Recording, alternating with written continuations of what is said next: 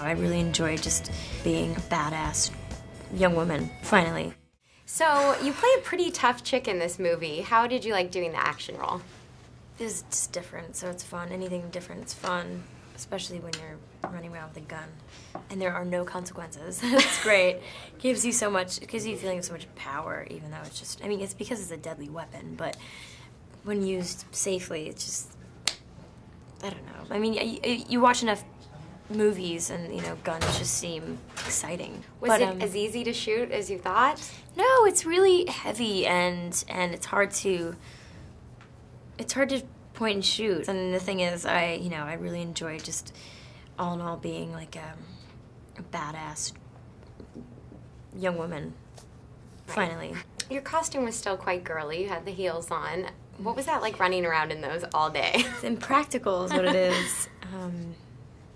I had stunt heels most of the time, so it's just 3 inches shorter than everything else, and it's not as painful as you would expect. It's not as painful, but you do have long-term problems that you have to deal with once the filming is over, which is like the ligaments in my inner thigh is just not correct.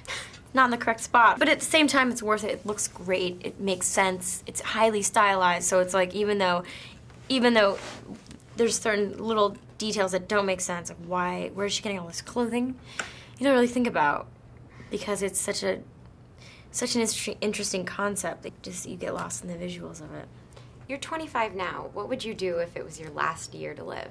I think I would just, if I could, take the people I love and just live somewhere else, live somewhere foreign, like live in another country, live in another culture, because why not get to know as much as you can about something you have no idea about. And I mean, I would just love to learn another language and live there for a year and ride as many horses as I could, have as many animals, have a baby. It's long-term stuff, but a year is still a lot of time. Now, we're a women's website, so I have to ask what every woman wants to know. What was it like making out with Justin Timberlake? It was A-okay.